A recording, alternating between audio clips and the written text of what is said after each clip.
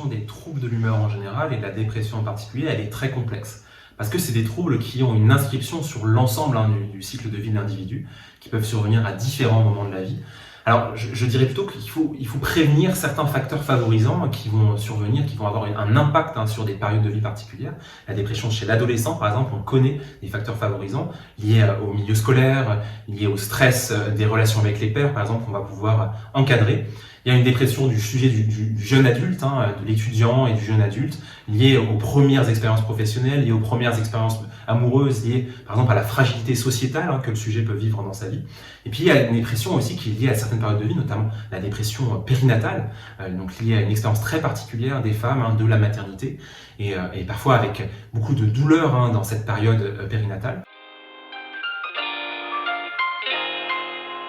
En fait, la dépression liée au monde du travail est quelque chose aussi sur lequel les pouvoirs publics ont un impact. Et puis d'autres types de dépression qui sont plus liés à des choses qui sont liées à la ménopause, par exemple. On sait que c'est un moment de vie particulier pour les femmes, de changements hormonaux avec des choses qu'on peut prévenir. Donc vous voyez qu'il y a des moments de vie qui sont particulièrement sujets au développement de ces troubles dépressifs chez le sujet et pour lesquels on peut mettre en place des facteurs de prévention primaire, c'est-à-dire bien avant que les premiers symptômes apparaissent.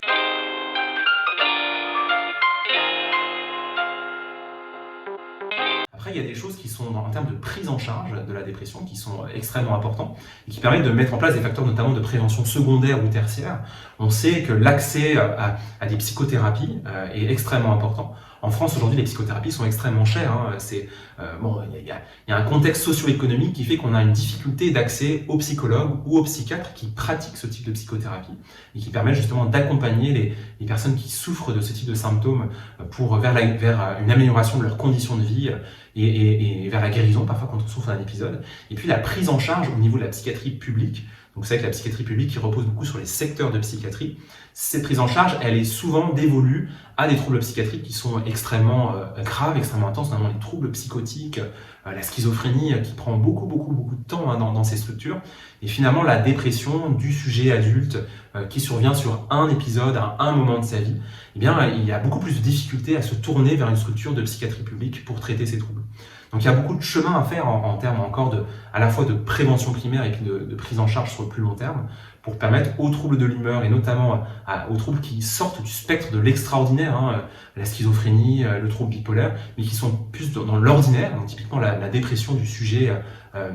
adulte qui vit un état dépressif dans sa vie en termes de prise en charge.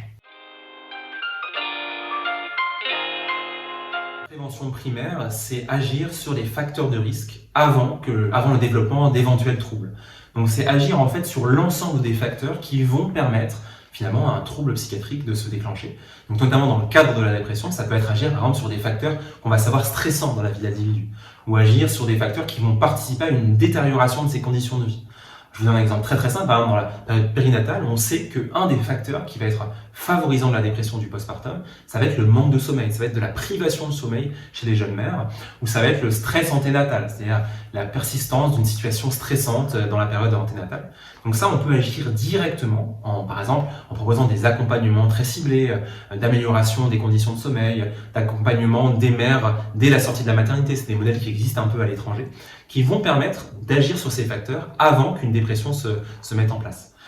Dans d'autres types de choses, typiquement chez l'adolescent, chez le jeune adulte, des facteurs de prévention primaire, ça va être par exemple des facteurs qui vont limiter un peu le stress lié au harcèlement scolaire, qui vont limiter les situations de harcèlement scolaire à l'école, qui vont limiter aussi les premiers stress professionnels et la précarité des étudiants qui rentrent dans la vie professionnelle, parfois avec plusieurs travails, parfois avec une modification de leur cycle nictéméro, les cycles du jour et de la nuit, notamment pour un étudiant qui travaille pendant toute la journée à ses études, et puis qui la nuit est obligé d'avoir un travail de nuit jusqu'à minuit, 1h du matin, qui décale ses heures de sommeil, où on sait que c'est des choses qui vont favoriser un état dépressif. On peut agir aussi sur d'autres facteurs, typiquement des facteurs toxicologiques ou pharmacologiques au plus long terme. On sait par exemple la prise au long cours de cannabis, de THC ou d'anxiolytiques. C'est des choses qui vont favoriser aussi une dégradation de la santé mentale au sens très large. Ça peut favoriser des états dépressifs, ça peut favoriser le basculement vers d'autres troubles, notamment le cannabis, vers les troubles psychotiques. Donc ça, c'est des facteurs de prévention primaire et qui sont vraiment majeurs pour améliorer la santé mentale des Français au quotidien.